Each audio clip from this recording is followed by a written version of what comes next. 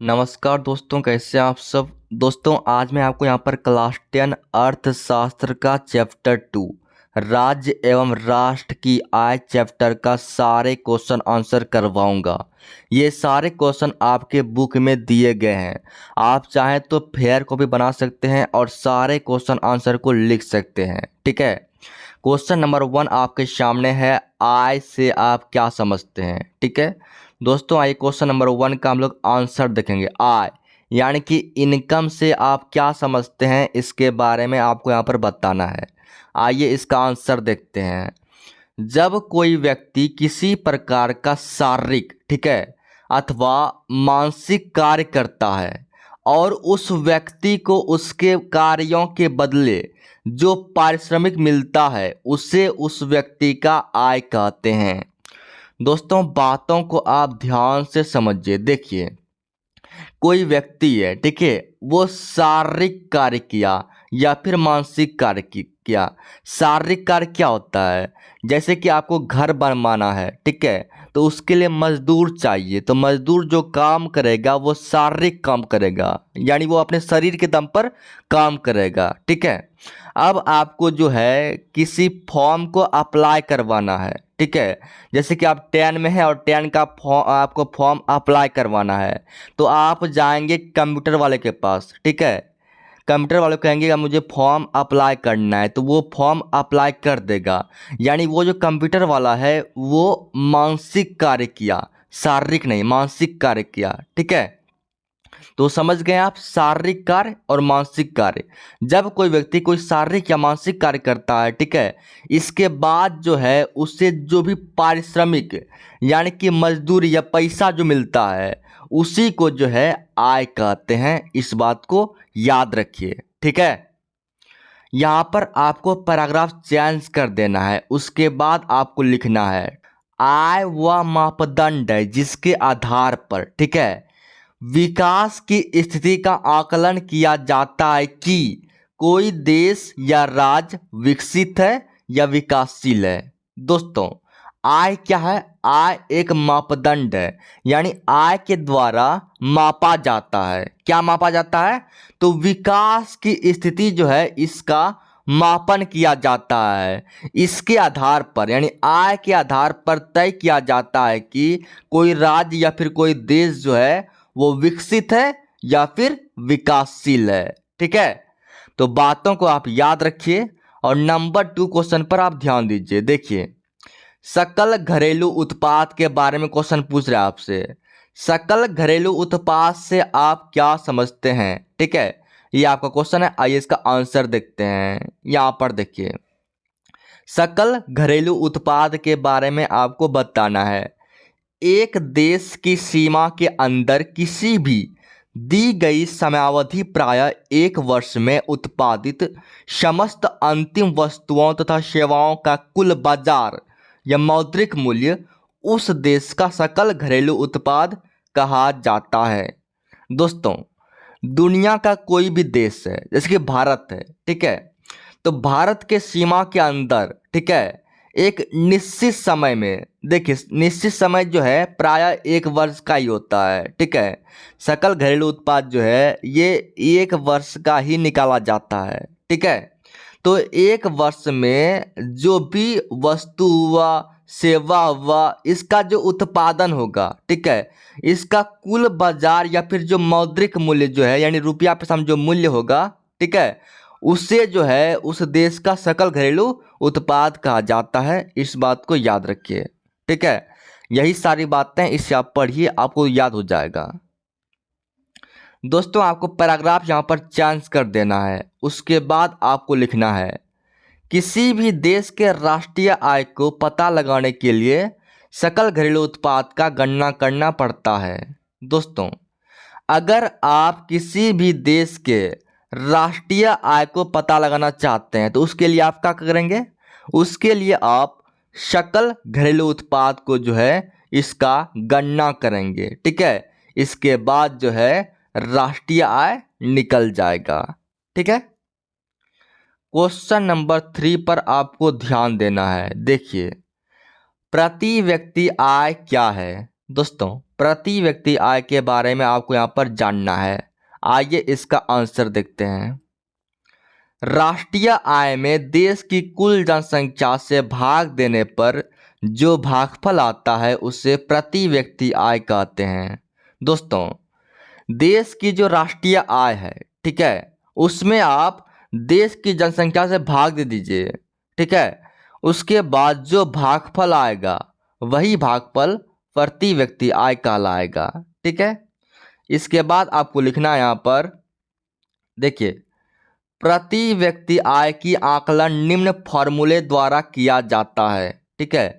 इसके बाद आपको यहाँ पर फॉर्मूला लिख देना है। आपको लिखना है यहाँ पर प्रति व्यक्ति आय, ठीक है, यहाँ प्रति व्यक्ति आय लिख दीजिएगा, ठीक है, बराबर यहाँ पर आपको राष्ट्रीय आय लिख देना है, ठीक है, और नीचे में आपको यहाँ पर राष्ट्र की जनसंख्या लिख देना है, ठीक है। याद रहा, यहाँ पर आपको लिखना है प्रति व्यक्ति आय, ठीक है, प्रति व्यक्ति आय बराबर राष्ट्रीय आय यहाँ पर लिख देना है, बट्टा लिख देना है, नीचे देश की कुल जनसंख्या लिख देना है।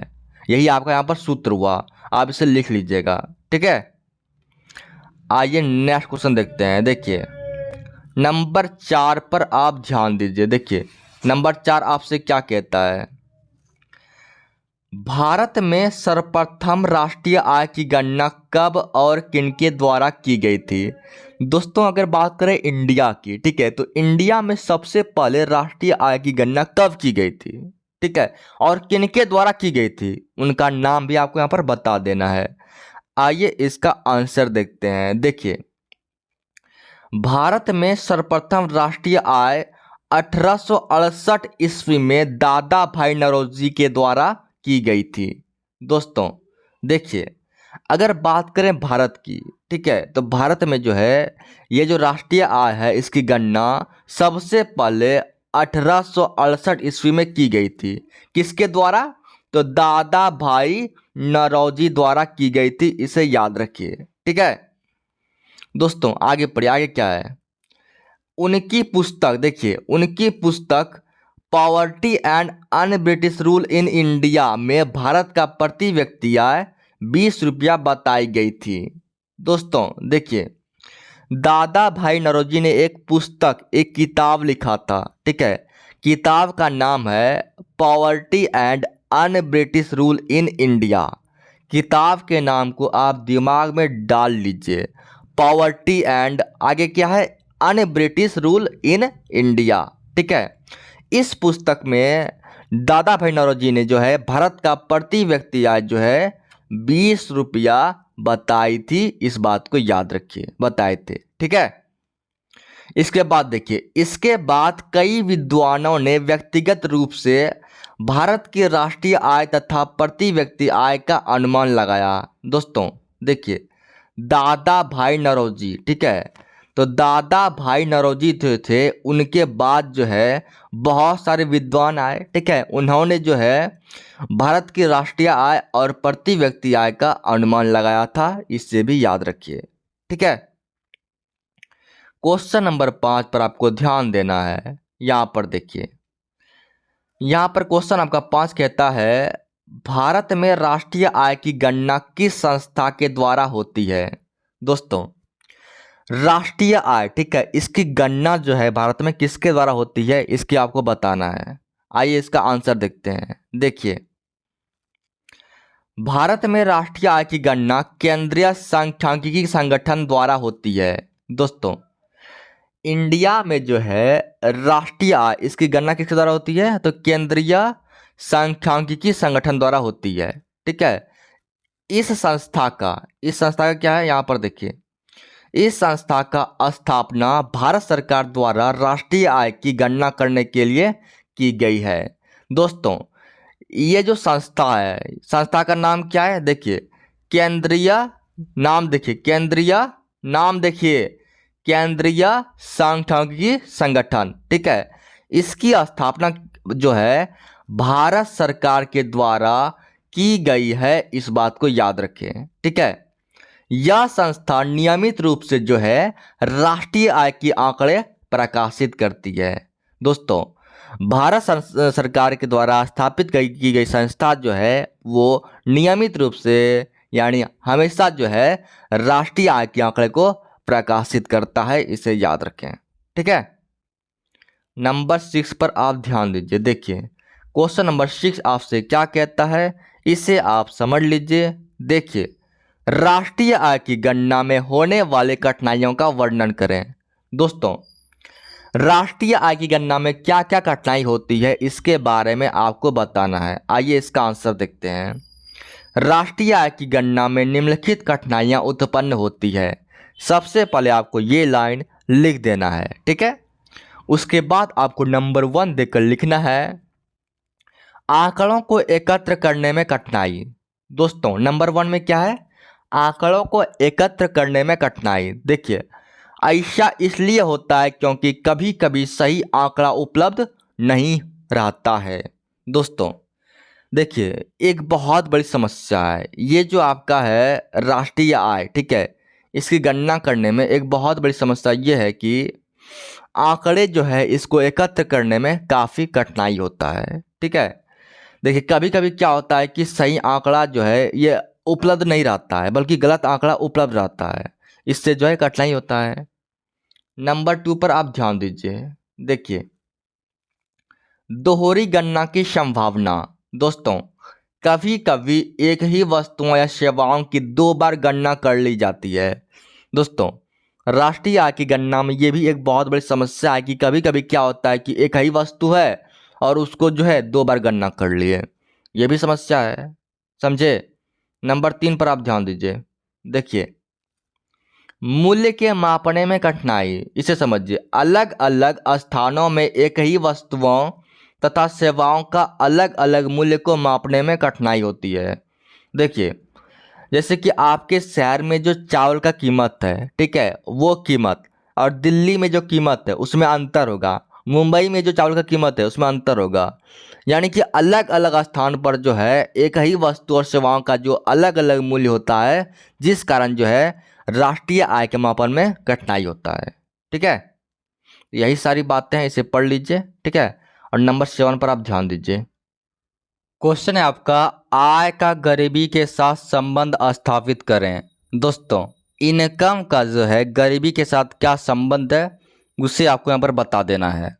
आइए इसका आंसर देखते हैं। देखिए, आय और गरीबी के बीच सीधा संबंध है। सबसे पहले आपको ये बात लिख देना है, आय यानी इनकम जो है इसका गरीबी के साथ डायरेक्ट संबंध है। ठीक है, जितना कम आय होगा लोगों में उतनी ही अधिक गरीबी होगा।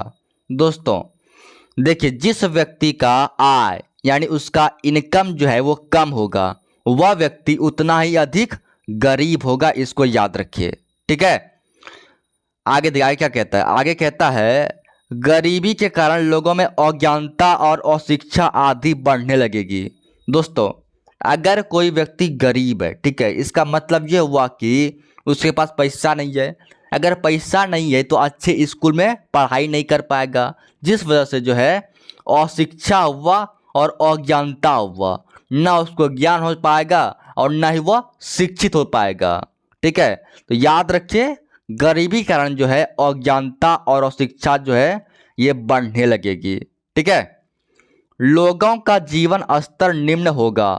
दोस्तों, अगर पैसा नहीं रहेगा तो क्या होगा, इससे क्या होगा कि अच्छे कपड़े नहीं पहन पाएगा, अच्छा खाना नहीं खा पाएगा, यानी कि जीवन स्तर जो है ये भी निम्न होता जाएगा। पूंजी निर्माण भी नहीं हो पाएगा। दोस्तों, अगर पैसा नहीं है तो व्यापार के लिए पूंजी कहाँ से लाएगा, तो यानी ये सभी प्रॉब्लम है कि पूंजी निर्माण नहीं हो पाएगा। ठीक है, जिससे गरीबी और भी बढ़ती ही जाएगी। अब देखिए, कुछ काम धंधा करने के लिए पूंजी नहीं है, ठीक है, इससे क्या होगा, तो काम धंधा कर नहीं पाएगा, गरीबी बढ़ती ही जाएगी। इस प्रकार कहा जा सकता है, ठीक है, इस प्रकार कहा जा सकता है कि आय से गरीबी का सीधा संबंध है। ठीक है, अब आपको यहाँ पर दीर्घ उत्तरीय प्रश्न को देखना है। ठीक है, क्वेश्चन है आपका यहाँ पर, स्वतंत्रता प्राप्ति के पश्चात भारत सरकार ने कब और किस उद्देश्य से राष्ट्रीय आय समिति का गठन किया। दोस्तों, जब भारत आज़ाद हो गया, ठीक है, उसके बाद जो है भारत सरकार ने क्या किया, तो भारत सरकार ने राष्ट्रीय आय समिति का गठन किया। ठीक है, क्वेश्चन आपसे पूछता है कि कब और किस उद्देश्य से राष्ट्रीय आय समिति का गठन किया गया था। आइए इसका आंसर देखते हैं। आंसर को आप ध्यान से समझिए। देखिए आंसर कहता है आपका, स्वतंत्रता प्राप्ति के पश्चात भारत सरकार ने अगस्त 1949 ईस्वी में, ठीक है, प्रोफेसर पीसी महालनोबिस की अध्यक्षता में एक राष्ट्रीय आय समिति का गठन किया था। दोस्तों देखिए अगस्त 1949, ठीक है, अगस्त 1949 यह वही टाइम है जब राष्ट्रीय आय समिति का गठन किया गया था। ठीक है, किसके अध्यक्षता में? अध्यक्ष कौन थे? अध्यक्ष का नाम याद रखिए, professor PC Mahalanobis. Professor PC Mahalanobis, इनके अध्यक्षता में, इस बात को याद रखिए। ठीक है, जिसका उद्देश्य भारत की, अब इसका उद्देश्य क्या था इसे समझ लीजिए। देखिए इसका उद्देश्य क्या था?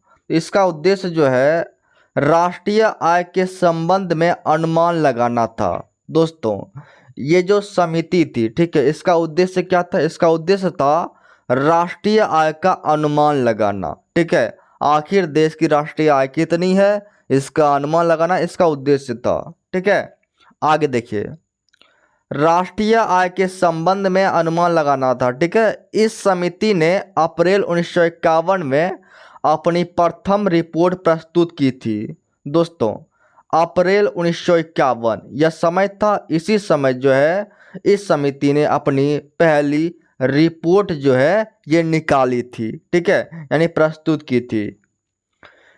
इसमें सन 1948-49 के लिए देश की कुल राष्ट्रीय आय 8,650 करोड़ रुपये बताई गई थी। दोस्तों ये जो अप्रैल 1951 में रिपोर्ट निकाली गई थी, इसमें जो है सन 1948-49 के लिए जो है देश की राष्ट्रीय आय 8,650 करोड़ रुपये बताई गई थी। इसे याद रखिए, 8,650 करोड़ रुपये। ठीक है, आगे देखिए, तथा प्रति व्यक्ति आय 246.9 रुपये बताई गई। दोस्तों इस रिपोर्ट में जो है प्रति व्यक्ति आय 246.9 रुपये बताई गई थी। इस बात को दिमाग में डाल लीजिए। ठीक है, आगे देखिए आगे क्या कहता है। आगे कहता है सन 1954 के बाद राष्ट्रीय आय के आंकड़े का आकलन का संकलन करने के लिए सरकार ने केंद्रीय सांख्यिकी संगठन की स्थापना की। दोस्तों सन 1954, ठीक है, इसके बाद की बात है। ठीक है, इसके बाद जो है राष्ट्रीय आय की जो अनुमान लगाने के लिए, ठीक है, इसका संकलन के लिए सरकार ने जो है एक संगठन बनाया। इसका नाम था केंद्रीय सांख्यिकी संगठन। ठीक है, आगे देखिए आगे क्या कहता है। यह संस्था, ठीक है, यह संस्था नियमित रूप से राष्ट्रीय आय के आंकड़े प्रकाशित करती है। दोस्तों ये संस्था जो है जिसकी स्थापना भारत सरकार ने किया था, ये नियमित रूप से जो है समय समय पर जो है राष्ट्रीय आय के आंकड़े प्रकाशित करता है। ठीक है, राष्ट्रीय आय के सृजन में अर्थव्यवस्था के तीनों क्षेत्रों का विशेष योगदान होता है। दोस्तों अगर राष्ट्रीय आय का आपको आकलन करना है तो इनमें जो है अर्थव्यवस्था के तीनों क्षेत्र, प्राथमिक क्षेत्र, द्वितीय क्षेत्र, तृतीय क्षेत्र, तीनों का जो है बहुत बहुत बहुत योगदान होता है। ठीक है, क्वेश्चन नंबर 2 पर ध्यान दीजिए। देखिए क्वेश्चन क्या है, राष्ट्रीय आय की परिभाषा दें, इसकी गणना की प्रमुख विधि कौन कौन सी है। दोस्तों राष्ट्रीय आय के बारे में आपको यहाँ पर बताना है, आपको इसका परिभाषा देना है।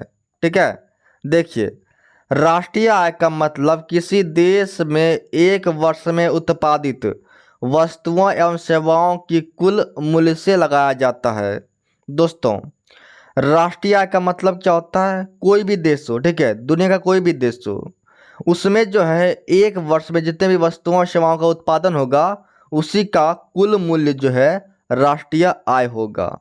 ठीक है, दूसरे शब्दों में वर्ष भर, ठीक है, दूसरे शब्दों में वर्ष भर में किसी देश में अर्जित आय की कुल मात्रा को राष्ट्रीय आय कहा जाता है। दोस्तों, दुनिया का कोई भी देश है, ठीक है, वहां पर एक वर्ष में जितना भी आय कमाया जाएगा उसी को जो है राष्ट्रीय आय कहा जाता है। इसे दिमाग में डाल लीजिए, ठीक है।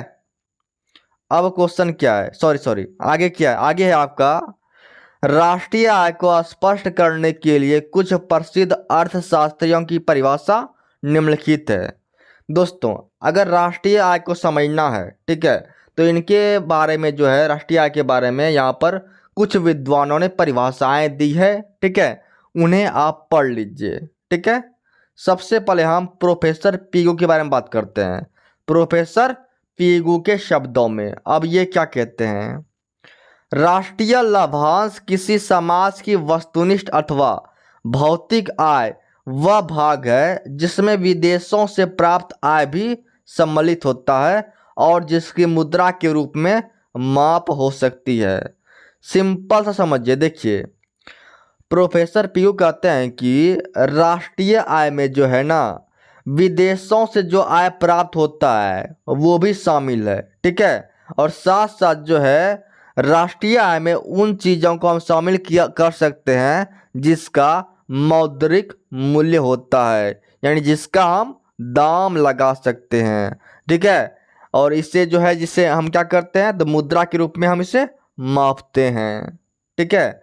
यानी कि यहाँ पर बात वही है, बस आपको पढ़ना है, आपको सारी बातें समझ में आ जाएगी, ठीक है। अब आपको यहाँ पर ध्यान देना है, देखिए राष्ट्रीय आय की गणना की प्रमुख विधि। अब राष्ट्रीय आय की गणना क्या क्या विधि है इसके बारे में आप पढ़ लीजिए। राष्ट्रीय आय की गणना निम्नलिखित विधियों द्वारा की जाती है। दोस्तों, यहाँ पर आपके सामने राष्ट्रीय आय को गणना करने की बहुत सारी विधियाँ दी गई है, इसके बारे में आपको जानना है। नंबर 1 में आपका है उत्पादन गणना विधि, ठीक है। सबसे पहले आपको उत्पादन गणना विधि के बारे में जान लेना है, इसे समझिए। जब राष्ट्रीय आय की गणना देश में उत्पादित वस्तुओं तथा सेवाओं के आधार पर की जाती है तो ऐसी विधि को उत्पादन गणना विधि कहते हैं। दोस्तों देखिए, आप जो है राष्ट्रीय आय का गणना करना चाहते हैं, ठीक है, अगर आप देश में उत्पादन किए गए वस्तुओं और सेवाओं के आधार पर राष्ट्रीय आय की गणना करते हैं तो उसे आप कहेंगे उत्पादन गणना विधि, ठीक है। नंबर 2 पर आप ध्यान दीजिए, देखिए क्या है, आय गणना विधि है, इसे समझिए।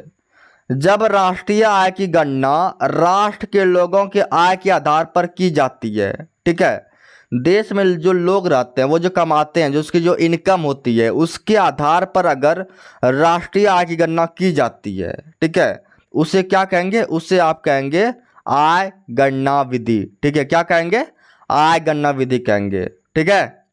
नंबर 3 पर आप ध्यान दे दीजिए, व्यय गणना विधि, इसे समझिए। जब राष्ट्रीय आय की गणना लोगों के द्वारा किया जा गया व्यय के आधार पर की जाती है तो ऐसे विधि को व्यय गणना विधि कहते हैं। अब देखिए, राष्ट्रीय आय की गणना आप कर रहे हैं, ठीक है, लेकिन कैसे, तो लोग जो खर्च कर रहे हैं यानी व्यय कर रहे हैं उसके आधार पर अगर आप राष्ट्रीय आय की गणना कर रहे हैं तो उससे आप कहेंगे व्यय गणना विधि, ठीक है। नंबर 3 पर आप ध्यान दीजिए, क्वेश्चन नंबर 3 आपसे क्या कहता है, इसे समझिए आप।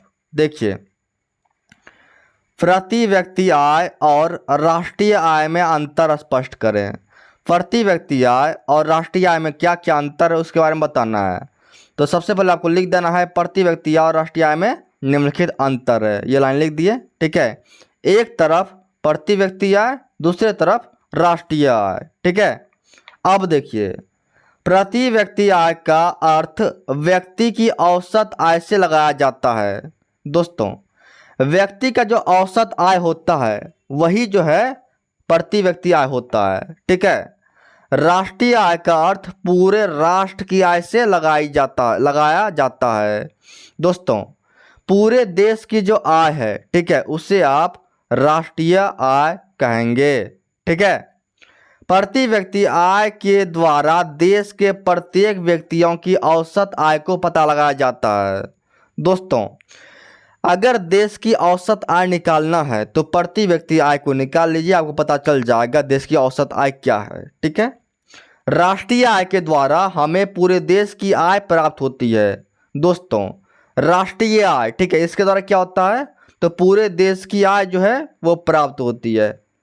अब इधर देखिए, राष्ट्रीय आय में देश की कुल जनसंख्या से भाग देने पर जो भागफल आता है उसे प्रति व्यक्ति आय कहा जाता है। देखिए, राष्ट्रीय आय में जो है देश की कुल जनसंख्या से भाग दे दीजिए, ठीक है, उसके बाद जो भागफल आएगा उसे आप प्रति व्यक्ति आय कह देंगे। समझ गए? किसी देश में एक वर्ष की अवधि में उत्पादित वस्तुओं और सेवाओं की कुल मूल्य को राष्ट्रीय आय कहा जाता है। दोस्तों, दुनिया का कोई भी देश है, ठीक है, उसमें जो है एक वर्ष में जो है जो भी वस्तु और सेवाओं का उत्पादन होगा उसे क्या कहेंगे, उससे आप कहेंगे, क्या कहेंगे, उसे आप राष्ट्रीय आय कहेंगे। ठीक है, नंबर 4 पर ध्यान दीजिए। क्वेश्चन है आपका, राष्ट्रीय आय में वृद्धि भारतीय विकास के लिए किस तरह से लाभप्रद है, वर्णन करें। यानी क्वेश्चन आपसे कहता है कि अगर राष्ट्रीय आय बढ़ जाए, ठीक है, तो इससे भारत का विकास में कैसे लाभदायक है ये आपको बताना है।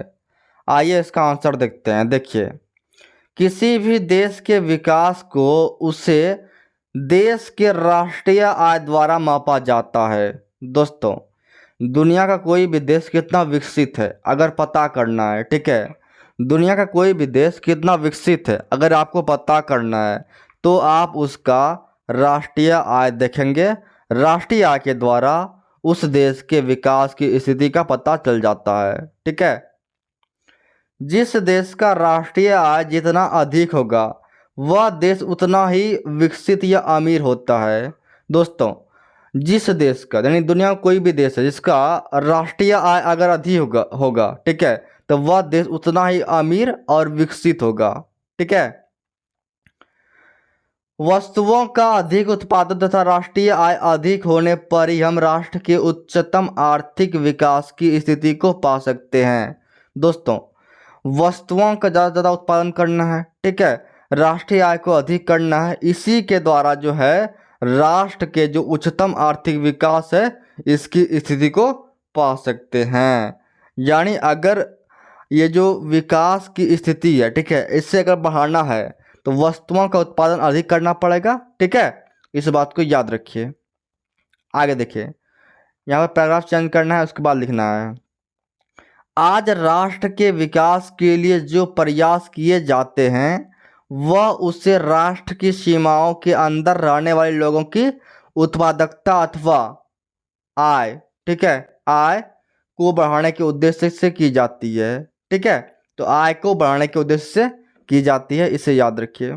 आगे देखिए, लोगों के आय या राष्ट्रीय आय में वृद्धि होने से लोग अलग अलग क्षेत्र में निवेश करेंगे, ठीक है, जिससे रोजगार में वृद्धि होगा। दोस्तों, अगर लोगों की आय या फिर राष्ट्रीय आय में वृद्धि होगा, इससे क्या होगा, इससे जो है लोग जो है अलग अलग क्षेत्रों में जो है निवेश करेंगे। यानी देखिए, पैसा आएगा तब ना पूंजी बनेगा, तो पूंजी बनेगा तब ना व्यापार होगा। तो वही बात यहाँ पर कह रहा है कि लोगों के पास जो आय या फिर राष्ट्रीय आय में वृद्धि जब होगा तो इससे क्या होगा, लोग अलग अलग जगह निवेश करेंगे, व्यापार करेंगे, ठीक है, जिससे रोजगार में वृद्धि होगा। ठीक है, आगे कहता है, दूसरी ओर लोगों को रोजगार मिलने से गरीबी दूर होगा। इस प्रकार राष्ट्रीय आय में वृद्धि भारतीय विकास के लिए लाभप्रद है। देखिए, लोगों को रोजगार मिला, इससे क्या होगा, इससे जो है गरीबी जो है ये दूर हटेगी। ठीक है, गरीबी दूर होगी। ठीक है, मतलब यही सारी बातें, इन सब बातों को आपको याद कर लेना है। ठीक है, नंबर 5 पर आप ध्यान दीजिए। अब क्वेश्चन नंबर 5 आपसे कहता है, विकास में प्रति व्यक्ति आय पर संक्षिप्त टिप्पणी लिखें। दोस्तों, अब आप इसे समझिए। देखिए आंसर क्या कहता है, आंसर को आप देखिए, राष्ट्रीय आय में देश की कुल जनसंख्या से भाग देने पर जो भागफल आता है उसे प्रति व्यक्ति आय कहते हैं। दोस्तों, राष्ट्रीय आय में जो है देश की कुल जनसंख्या से आप भाग दे दीजिए, ठीक है, उसके बाद जो भागफल आएगा वही जो भागफल प्रति व्यक्ति आय कहलाएगा। इस बात को दिमाग में डाल लीजिए। ठीक है, आगे देखिए, किसी भी अर्थव्यवस्था के विकास में, ठीक है, किसी भी अर्थव्यवस्था के विकास में या फिर किसी भी देश के विकास में जो आप बोल सकते हैं प्रति व्यक्ति आय का महत्वपूर्ण योगदान होता है। दोस्तों, अगर प्रति व्यक्ति आय अधिक होगा तो वह देश अमीर होगा, प्रति व्यक्ति आय कम होगा तो वह देश गरीब होगा। यानी कोई भी देश हो, ठीक है, वहाँ जो है प्रति व्यक्ति आय ये बहुत महत्वपूर्ण है। अब देखिए, प्रति व्यक्ति आय देश के प्रत्येक व्यक्ति का औसत आय होता है। ये आपको पता है कि प्रति व्यक्ति आय जो है ये प्रत्येक व्यक्ति का औसत आय होती है, ये तो पता है आपको, ठीक है। किसी भी देश के आर्थिक एवं सामाजिक, यहाँ पर देखिए, किसी भी देश के आर्थिक एवं सामाजिक विकास लोगों के जीवन को खुशहाल तथा जीवन स्तर ऊंचा करने के लिए प्रति व्यक्ति आय में वृद्धि करना अति आवश्यक है। दोस्तों, अगर आप चाहते हैं कि समाज को खुशहाल बनाएं, जीवन स्तर को बेहतर बनाएं, ठीक है, तो प्रति व्यक्ति आय में जो है वृद्धि करना पड़ेगा। अगर चाहते हैं कि समाज को खुशहाल बनाएं, ठीक है, जीवन स्तर में सुधार लाएं, तो प्रति व्यक्ति आय में जो है वृद्धि करना होगा। आगे देखिए आगे क्या कहता है। भारत का राष्ट्रीय आय काफ़ी कम है और प्रति व्यक्ति आय का स्तर भी नीचा है। दोस्तों, हमारे देश भारत का जो है राष्ट्रीय आय क्या है, बहुत कम है, ठीक है, और प्रति व्यक्ति आय का जो स्तर है वो भी काफ़ी नीचा है। इस बात को याद रखिए, ठीक है। पैराग्राफ चेंज कर देना है। इस प्रकार लोगों के प्रति व्यक्ति आय में वृद्धि कर राष्ट्रीय आय को जो है हम विकास की पटरी पर दौड़ा सकते हैं। यानी कि प्रति व्यक्ति आय में वृद्धि कीजिए, इसके बाद जो है यहाँ पर राष्ट्रीय आय को में भी वृद्धि हो जाएगा, ये बात कहता है, ठीक है। क्वेश्चन नंबर 6 पर आपको ध्यान देना है। समझिए इसे, क्या क्वेश्चन क्या कहता है। क्या प्रति व्यक्ति आय में वृद्धि राष्ट्रीय आय को प्रभावित करती है, वर्णन करें। दोस्तों, अगर प्रति व्यक्ति आय में वृद्धि हो जाए, ठीक है, तो क्या इससे राष्ट्रीय आय जो है ये प्रभावित होगा, इसके बारे में आपको बताना है। तो आइए इसका आंसर देखते हैं। हाँ, जी हाँ, अगर प्रति व्यक्ति आय में वृद्धि होगा, इससे क्या होगा, इससे राष्ट्रीय आय में भी वृद्धि होगा। इस बात को याद रखिए, ठीक है। हाँ, प्रति व्यक्ति आय राष्ट्रीय आय को प्रत्यक्ष तथा अप्रत्यक्ष रूप से प्रभावित करती है, ठीक है। प्रति व्यक्ति आय में परिवर्तन होने से राष्ट्रीय आय भी परिवर्तित होगा। दोस्तों, अगर प्रति व्यक्ति आय में परिवर्तन आ गया, ठीक है, इससे क्या होगा, इससे राष्ट्रीय आय में भी परिवर्तन हो जाएगा। इसको याद रखिए। पैराग्राफ चेंज कर देना है, उसके बाद लिखना है प्रति व्यक्ति आय देश के लोगों का औसत आय होता है। यह तो आपको पता ही है, ठीक है। और किसी देश के लोगों के आय का योगफल राष्ट्रीय आय कहलाता है। दोस्तों, देश में रहने वाले सभी लोगों के आय का योगफल क्या कहलाता है, राष्ट्रीय आय कहलाता है। ये भी आपको पता है, ठीक है। इसीलिए यदि जनसंख्या स्थिर रहे, ठीक है, तो प्रति व्यक्ति आय में वृद्धि होने से राष्ट्रीय आय में वृद्धि होता है, जबकि प्रति व्यक्ति आय में कमी होने से राष्ट्रीय आय में कमी होता है। दोस्तों, अगर देखिए प्रति व्यक्ति आय बढ़ गया तो राष्ट्रीय आय बढ़ गया, ठीक है, प्रति व्यक्ति आय घट गया तो राष्ट्रीय आय घट जाएगा। इस बात को आप दिमाग में डाल लीजिए, ठीक है। अब देखिए क्या कहता है, जिसका सीधा प्रभाव अर्थव्यवस्था के विकास पर पड़ता है। दोस्तों, अगर राष्ट्रीय आय में वृद्धि या कमी हुआ, ठीक है, इससे क्या होगा, इससे जो है इसका सीधा प्रभाव जो है देश की अर्थव्यवस्था के विकास पर पड़ता है। इसे आप याद रखिए, ठीक है। आगे देखा क्या कहता है। दूसरी ओर यह भी देखा गया है कि विकसित देशों की प्रति व्यक्ति आय अधिक होता है। दोस्तों, जो भी देश विकसित देश है, अमेरिका है, चाइना है, ये सब विकसित देश है, इसकी प्रति व्यक्ति आय अधिक होती है, ठीक है। जबकि विकासशील देश जैसे भारत है, भारत एक विकासशील देश है, का प्रति व्यक्ति आय कम होता है। दोस्तों, भारत का जो है प्रति व्यक्ति आय कम है क्योंकि भारत एक विकासशील देश है, ठीक है। लास्ट में ध्यान दीजिए। अतः हम कह सकते हैं कि प्रति व्यक्ति आय राष्ट्रीय आय को प्रभावित करती है। दोस्तों क्वेश्चन आंसर को आप कॉपी में लिख लीजिए, ठीक है। चैनल को सब्सक्राइब कर दीजिए ताकि जो भी वीडियो मैं अपलोड करूं, इसके बाद मैं और भी कई सारे चैप्टर के क्वेश्चन का वीडियो अपलोड करूंगा, ठीक है। तो सारे वीडियो आपको मिल जाए, इसीलिए आप चैनल को सब्सक्राइब कर दीजिए। Thank you.